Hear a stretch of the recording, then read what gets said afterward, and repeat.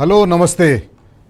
గలగల గోదావరి కిందికి తరలిపోతుంటే, గలగల గోదావరి తెలంగాణ నుంచి పక్క రాష్ట్రానికి వెళ్ళిపోతుంటే ముఖ్యమంత్రి రేవంత్ రెడ్డి ఆ నీళ్లను తెలంగాణలకు మళ్లించాల్సి పోయింది. ఆ నీళ్లను తెలంగాణ రిజర్వాయర్లకు మళ్లించవలసి పోయింది. ఆ నీళ్లను తెలంగాణ చెరువులకు మళ్లించవలసింది పోయి ఆయన నోట్ల గలగల బూతులు ప్రవహిస్తున్నాయి. గలగల ఆయన నోట్ల నుంచి మురికి ప్రవహిస్తుంది. నీళ్ళు అడిగిన రైతులను తిడతారు, నీళ్ళు అడిగిన ప్రతిపక్ష నాయకులను తిడుతున్నారు. తెలంగాణ రాష్ట్రంలో ఈరోజు కరువు పరిస్థితి నెలకొంది. తెలంగాణ రాష్ట్రంలో రైతులు, తెలంగాణ రాష్ట్రంలో ప్రజలు మంచినీటి కోసం, తాగునీటి కోసం, సాగునీటి కోసం విలవిలలాడుతున్నారు. తెలంగాణ రిజర్వాయర్లు అడుగంటిపోయినాయి, తెలంగాణ చెరువులు అడుగంటిపోయినాయి. తెలంగాణ రిజర్వాయర్లు, తెలంగాణ చెరువులు విలవిలలాడుతున్నాయి. తెలంగాణ ప్రజలు, తెలంగాణ రైతులు విలవిలలాడుతున్నారు. కానీ ముఖ్యమంత్రి రేవంత్ రెడ్డి ఇవేవి పట్టించుకోకుండా ఆయన మాట్లాడే మాటలు చూసి ప్రజలు విలవిలలాడిపోతున్నారు. ప్రజలు చెవులు మూసుకుంటున్నారు. ప్రజలు ఆ మాటలు విని వాళ్ళ నోళ్ళు కూడా పెగులుతలేవు, నోట్ల నుంచి మాటలు వస్తలేవు. ముఖ్యమంత్రి రేవంత్ రెడ్డి ప్రజల అవసరాలను, ప్రజల కష్టాలను పట్టించుకోవాల్సింది పోయి ప్రతిపక్ష నాయకుల మీద భూతు పురాణం అందుకుంటాడు. ఎప్పుడైనా ఏదైనా ముఖ్యమంత్రి ఇట్లాంటి కరువు పరిస్థితి ఉన్నప్పుడు ఏం చేయాలి?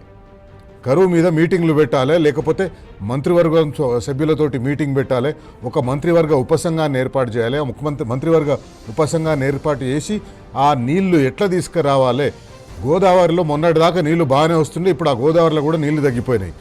నీళ్లు ఉన్నప్పుడు వాటిని ఎత్తిపోయామని చెప్పంటే ఆ ఎత్తిపోయకుండా ఆ నీళ్ళని కిందికి ఇడిచిపెట్టిండు. ఆంధ్రాలో ఎల్ నినో ప్రభావంతో ఆంధ్రప్రదేశ్లో మాత్రం ఆ నీళ్లు పుష్కలంగా ఉన్నాయి. ఆ నీళ్లు వాళ్ళు పుష్కలంగా వాడుకుంటున్నారు, వాళ్ళ రిజర్వాయర్లు నింపుకుంటున్నారు, వాళ్ళ కృష్ణా బేసిన్ని స్థిరీకరించుకుంటున్నారు, అద్భుతంగా చేసుకుంటున్నారు. కానీ ఇక్కడ తెలంగాణలో మన ముఖ్యమంత్రి రేవంత్ రెడ్డి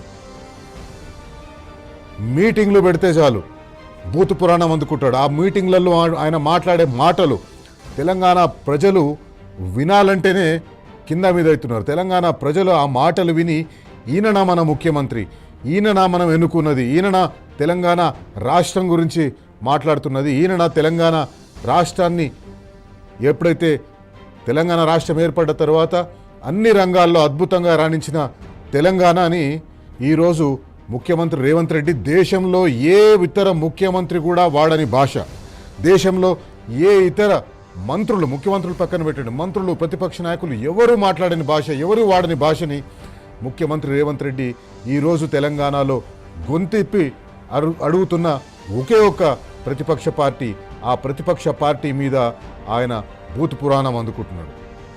ఈరోజు తెలంగాణ ప్రజలారా బరాబర్ అడుగుదాం, ముఖ్యమంత్రి రేవంత్ రెడ్డి గారు మా చెరువులు నింపండి అంటే మీ నోట్ల కంపుని బయటికి వేస్తున్నారు. మా రిజర్వాయర్లు అడుగంటిపోయినాయి, రిజర్వాయర్లో నీటి సామర్థ్యం అడుగంటిపోయింది. సాగునీటి అవసరాలు పక్కన పెట్టండి, తాగునీటి అవసరాలు కూడా తీర్చలేకపోతున్నాయి ఆ రిజర్వాయర్లు. వాటి గురించి ఏమైనా చేయండి అంటే ముఖ్యమంత్రి మళ్ళా అదే బూతులు. యాక్చువల్గా ముఖ్యమంత్రి ఏం మాట్లాడిండో నార్మల్గా అయితే ముఖ్యమంత్రి మాట్లాడింది మేము ఇక్కడ చూపెట్టాలి.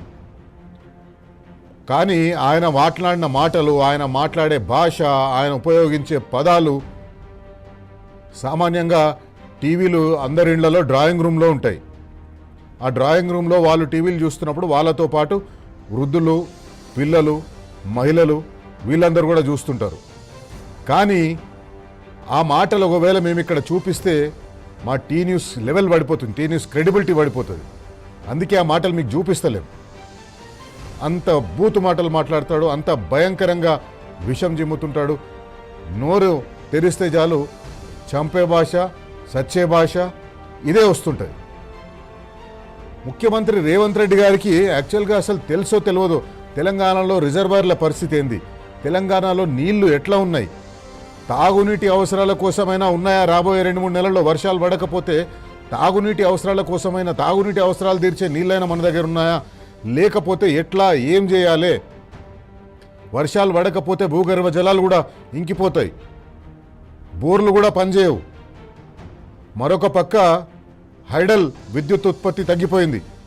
హైడల్ విద్యుత్ ఉత్పత్తి దాదాపుగా జీరో ఉంది. సామాన్యంగా అయితే ఈ టైంకి హైడల్ విద్యుత్ ఉత్పత్తి మొదలు కావాలి. హైడల్ విద్యుత్ ఉత్పత్తి లేదు. థర్మల్ విద్యుత్ ఉత్పత్తి సగానికి సగం పడిపోయింది తెలంగాణ రాష్ట్రంలో. 23-24 వేల మెగావాట్ల ఉత్పత్తి సామర్థ్యం తెలంగాణలో ఉంటే అది ఈరోజు 13-14 వేల మెగావాట్ల సామర్థ్యానికి పడిపోయింది. ఇంతటి భయంకరమైన పరిస్థితి తెలంగాణ రాష్ట్రంలో నెలకొంటే రాబోయే రోజులు చాలా భయంకరంగా కనిపిస్తుంటే మనకందరికీ తెలుస్తుంది. గ్రామీణ ప్రాంతాల్లో ఉండే సామాన్య ప్రజలకు తెలుస్తుంది. కానీ ఈ తెలంగాణలో కాంగ్రెస్ పార్టీకి తెలుస్తలేదు, కాంగ్రెస్ పార్టీ ముఖ్యమంత్రికి తెలుస్తలేదు, కాంగ్రెస్ పార్టీ మంత్రులకు తెలుస్తలేదు. మాట్లాడితే ఎల్నినో ఉంది అని చెప్పేసి అంటారు. కానీ మీ ప్రిపేర్డ్నెస్ ఏంది? మీరు ఎట్లా తయారైనరు ఆ ఎల్నినో నుంచి తప్పించుకోవడానికి, ఎల్నినో బాధల నుంచి ప్రజలను తప్పించుకోవడం కోసం? ఏ ఎల్నినో వచ్చిన సందర్భంలో అయితే తెలంగాణ దాన్ని ఎదుర్కోవాలని సంకల్పించి తెలంగాణ రాష్ట్రం ఏర్పడ్డ తర్వాత ఇన్ని రిజర్వాయర్లు కట్టుకొని మిషన్ కాకతీయ ద్వారా చెరువులను పూడికలు తీసుకొని చెరువులను నింపుకొని అన్ని ప్రయత్నాలు చేస్తుంటే ఈరోజు అధికారంలో ఉన్న వాళ్ళు ఏ ఒక్క ప్రయత్నం కూడా చేస్తలేరు.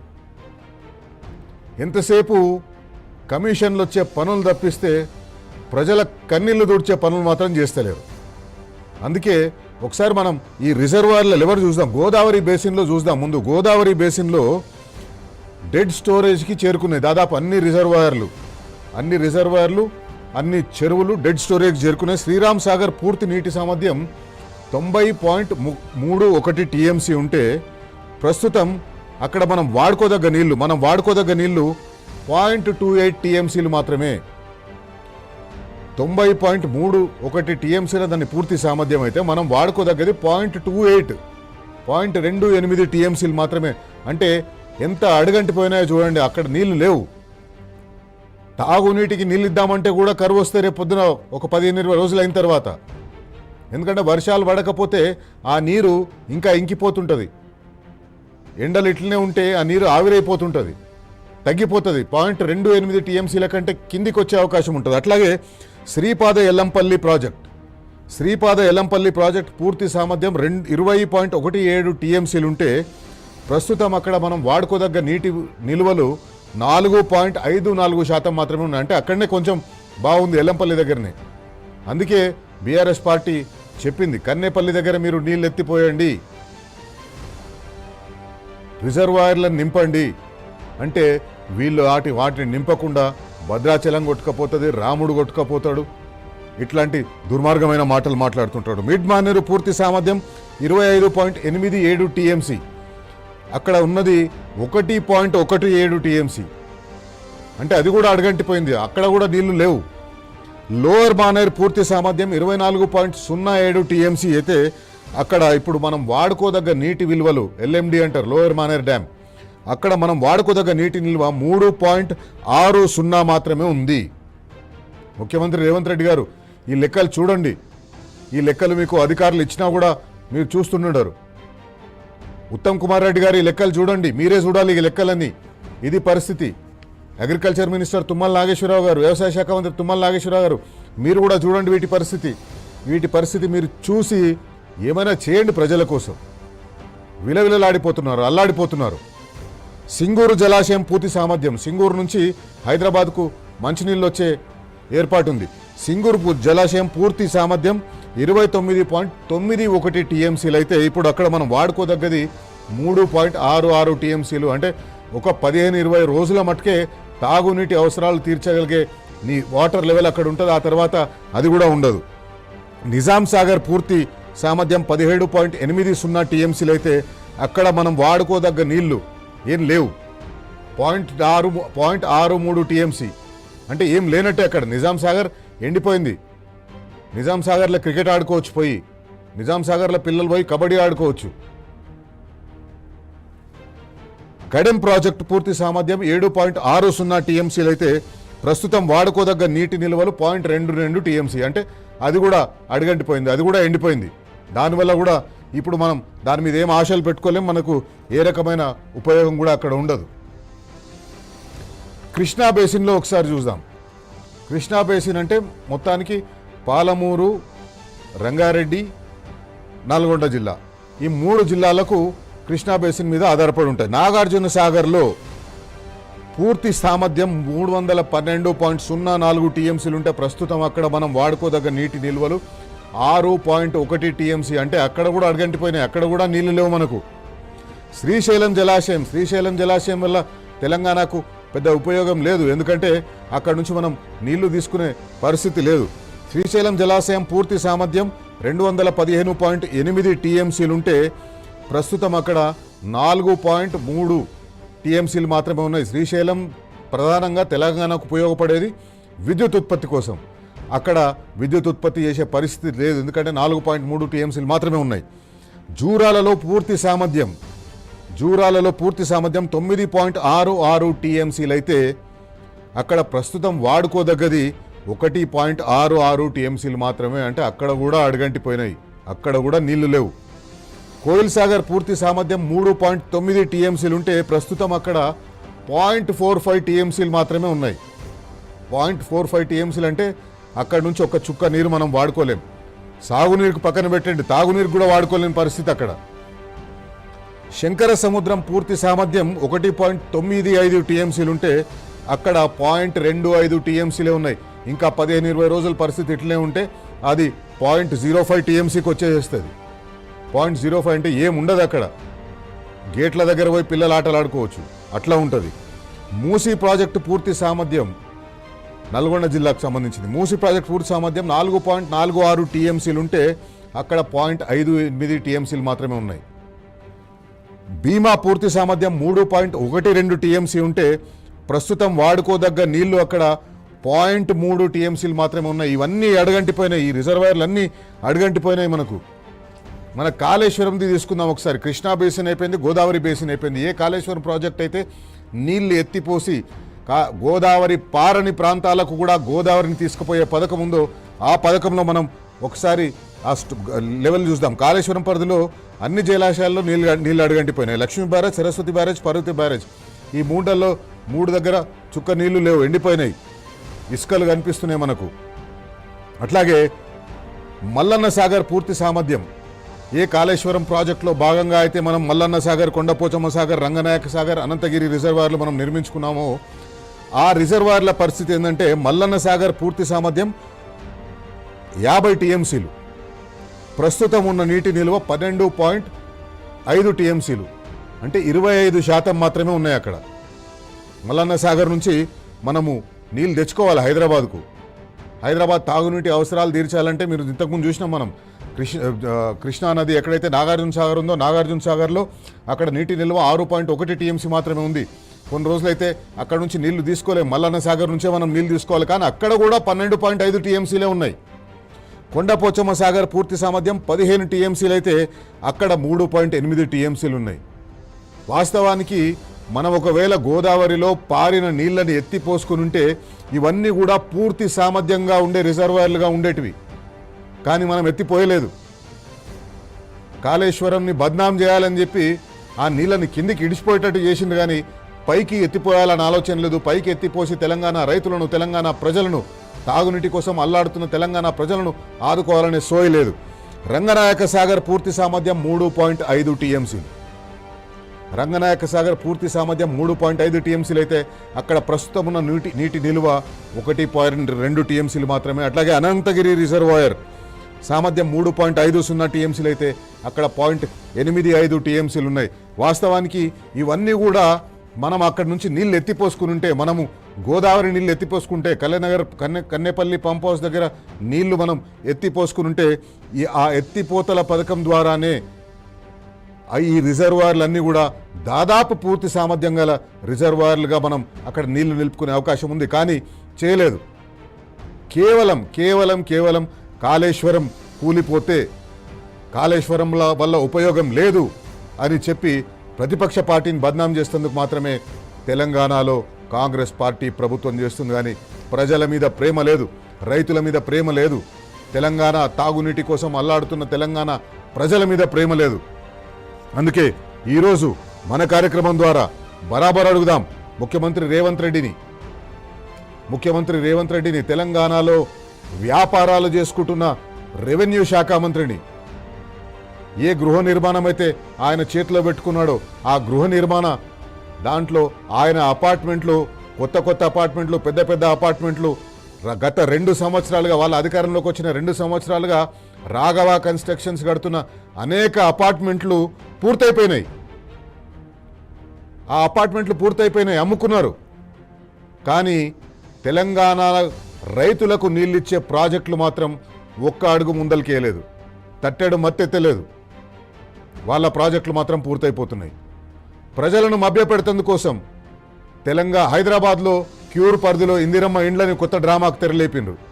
ఆ ఇందిరమ్మ ఇళ్ల డ్రామా ఎంత మోసం అంటే, ఇందిరమ్మ ఇళ్ళు అంటే కేసీఆర్ ఇచ్చినట్టుగా డబుల్ బెడ్రూమ్ ఇళ్ళు కట్టించేసి ఫ్రీగా ఇస్తారనుకున్నారు. కానీ ఈరోజు పైసలు కట్టించుకొని 6 లక్షల రూపాయలు కట్టించుకొని 6 లక్షల రూపాయలు కడితేనే మీకు ఫస్ట్ ముందు ఇల్లు కావాలి అంటే మీరు అప్లికేషన్ పెట్టాలంట.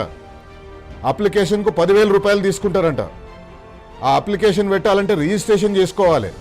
ఆ రిజిస్ట్రేషన్ చేసుకుంటేందుకు ఒక 100 రూపాయలు, మొత్తం 10,000 ఒక 100 రూపాయలు మీరు ఈరోజు కడితే అప్పుడు మీకు ఇల్లు వస్తుందా రాదా? ఇల్లు వచ్చేదా రాకపోయినా మీరు 10,000 ఒక 100 రూపాయలు కట్టాలి. ఆ 10,000 ఒక 100 రూపాయలు కట్టిన తర్వాత లాటరీ తీస్తారు. లాటరీలలో మీకు వస్తే మీకు ఇల్లు వచ్చినట్టు, లేకపోతే లేదు. ఆ 10,000 రూపాయలు రిఫండబుల్ డిపాజిట్ అంటున్నారు. కానీ ఆ 10,000 రూపాయల రిఫండబుల్ డిపాజిట్ రాష్ట్రం ఉన్న ఆర్థిక పరిస్థితుల్లో ఒక్కసారి వాళ్ళ ఖజానాలకు పోయినాయంటే ఆ ఖజానా నుంచి బయటకు వస్తాయనేది అనుమానం. ఎందుకంటే ముఖ్యమంత్రి రేవంత్ రెడ్డి గారి పాలనలో ఇన్కమింగే ఉంటాయి, పైసలు వాళ్ళకి ఏమైనా వచ్చే ఉంటే తీసుకుంటారు, కానీ ఇచ్చే ఉంటే ఇయ్యరు. మనం చూసినాం ఎన్ని పైసలు మనకి ఇచ్చేది ఉంది, ఎన్ని పైసలు తెలంగాణ రైతులకు ఇచ్చేది ఉంది. 4 రైతు బంధులు ఎగ్గొట్టిండ్రు, విద్యార్థులకు స్కాలర్షిప్లు ఎగ్గొట్టిండ్రు, రిటైర్డ్ ఉద్యోగులకు రిటైర్మెంట్ బెనిఫిట్స్ ఎగ్గొట్టిండ్రు, ఉద్యోగులకు డిఏలు ఎగ్గొట్టిండ్రు. మనకి ఇచ్చేది ఉంటే వాళ్ళకి ఏది గుర్తురాదు, వాళ్ళకు తీసుకోవడం ఎట్లా, ఆ తీసుకున్న పైసలు ఎట్లా తీసుకోవాలి, ప్రజల నుంచి ఎట్లా పైసలు తీసుకోవాలని దాని మీద మాత్రమే సోయింది. కానీ మనకి ఇచ్చేది లేదు. కాబట్టి ఆ ఇందిరమ్మ ఇళ్ళు క్యూర్ పరిధిలో కట్టే ఇందిరమ్మ ఇళ్లలో మీకు ఆ 10,000 రూపాయలు కడితే మీకు వస్తాయనేది 100% అనుమానమే, ఎక్కడ కూడా నమ్మడానికి అవకాశం లేదు. అందుకే ముఖ్యమంత్రి రేవంత్ రెడ్డి గారిని బరాబర్ అడుగుదాం. కాంగ్రెస్ పార్టీ నాయకులను, కాంగ్రెస్ పార్టీ నేతృత్వాన్ని. రాహుల్ గాంధీ గాయబైపోయాడు. తెలంగాణలో ఎన్నికలప్పుడు వచ్చిన రాహుల్ గాంధీ మళ్ళీ ఇంతవరకు ఇక్కడ ముఖం చూపెట్టలేదు. ప్రియాంక గాంధీ ముఖం చూపెట్టలేదు, సోనియా గాంధీ ముఖం చూపెట్టలేదు, మల్లికార్జున్ ఖర్గే ముఖం చూపెట్టలేదు. వీళ్ళెవరూ ముఖం చూపెడతలేరు. ఎంతసేపు మనం ముఖ్యమంత్రి ముఖం చూడాలా, ముఖ్యమంత్రి నోట్ల నుంచి వచ్చే బూతులు వినాలి. ఇది ఈరోజు తెలంగాణ దుస్థితి. అందుకే బరాబర్ అడుగుదాం, టీ న్యూస్ వేదికగా బరాబర్ అడుగుదాం. దేశంలో ఎల్ నినో కరువు కంటే ముందే కరువు తెచ్చిన పాపం కాంగ్రెస్ పార్టీది కాదా? ఈరోజు ఈ కరువుకు బాధ్యత కాంగ్రెస్ పార్టీది కాదా? మన దగ్గర అన్ని రిజర్వాయర్లు కట్టుకున్నాం, పెద్ద పెద్ద కాలువలు తవ్వుకున్నాం, ఆ కాలువల ద్వారా వచ్చి ఆ రిజర్వాయర్లు నింపుకుందాం అనుకున్నాం, అనేక చెరువులను బాగు చేసుకున్నాం, ఆ చెరువులను నింపుకుందాం అనుకున్నాం. కానీ ఈరోజు ఆ చెరువులన్నీ అడుగంటిపోయినాయి, ఆ రిజర్వాయర్లు అడుగంటిపోయినాయి. ఈ పాపం కాంగ్రెస్ పార్టీది కాదా? కాళేశ్వరం మీద పగబట్టి గోదావరి బేసిన్ను ఎండబెట్టింది కాంగ్రెస్ పార్టీ కాదా? బరాబర్ అడుగుదాం.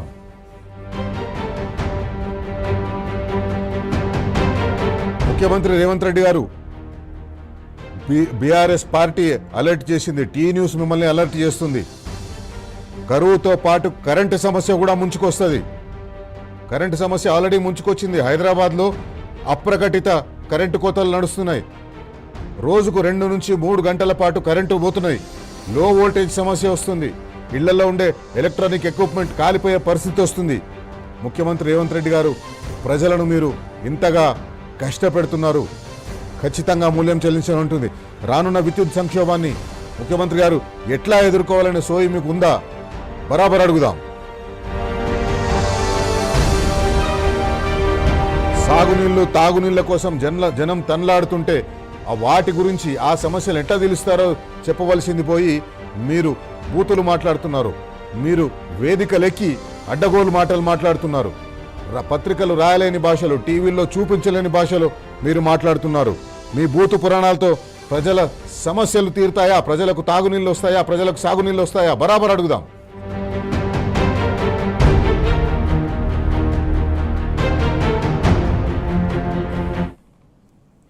తెలంగాణ ప్రజలకు టీ న్యూస్ తరఫున హెచ్చరించదలుచుకున్నాం. పరిస్థితిని గనక తెలంగాణలో కాంగ్రెస్ పార్టీ ప్రభుత్వం చక్కదిద్దకపోతే, రాబోయే వారం రోజుల్లో ప్రణాళికలు సిద్ధం చేయకపోతే తెలంగాణలో భయంకరమైన కరువు వచ్చే పరిస్థితి ఉంది. కాంగ్రెస్ తీసుకొచ్చిన కరువు తెలంగాణను కబలించి వేస్తుంది, తెలంగాణ రైతులను కబలించి వేస్తుంది, తెలంగాణలో తాగునీటి కోసం ఎదురు చూస్తున్న ప్రజలను కబలించి వేస్తుంది. అందుకే ఈరోజు టీ న్యూస్ వేదికగా బరాబర్ అడగాలని నిర్ణయించుకున్నాం. ముఖ్యమంత్రి రేవంత్ రెడ్డి గారు, ఏంది మీ ప్రణాళిక? ఎక్కడ పోయింది మీ ప్రణాళిక? ఏం చేస్తారు? నీళ్ళు ఇస్తందుకు కోసం ఏం చేస్తారు? సాగునీరు ఇస్తందుకు ఏం చేస్తారు? తాగునీరు ఇస్తందుకు ఏం చేస్తారు? నీళ్లు రాకపోతే, కరువు వస్తే పంటలన్నీ ఎండిపోతున్నాయి. ఈ సంవత్సరం పంటలు ఉండవు. ఎట్లా రైతులను మీరు ఆదుకుంటారు? మీరు రైతులకు ఇస్తామన్న రైతు బంధు కూడా ఇస్తలేరు కదా. ఒకవేళ నిజంగానే వేసిన నాట్లు ఎండిపోతే, వేసిన పంటలు ఎండిపోతే, వేసిన పత్తి మొక్కలు ఎండిపోతే నష్టం నుంచైనా బయటపడదామంటే రైతు బంధు కూడా మీరు ఇస్తలేరు.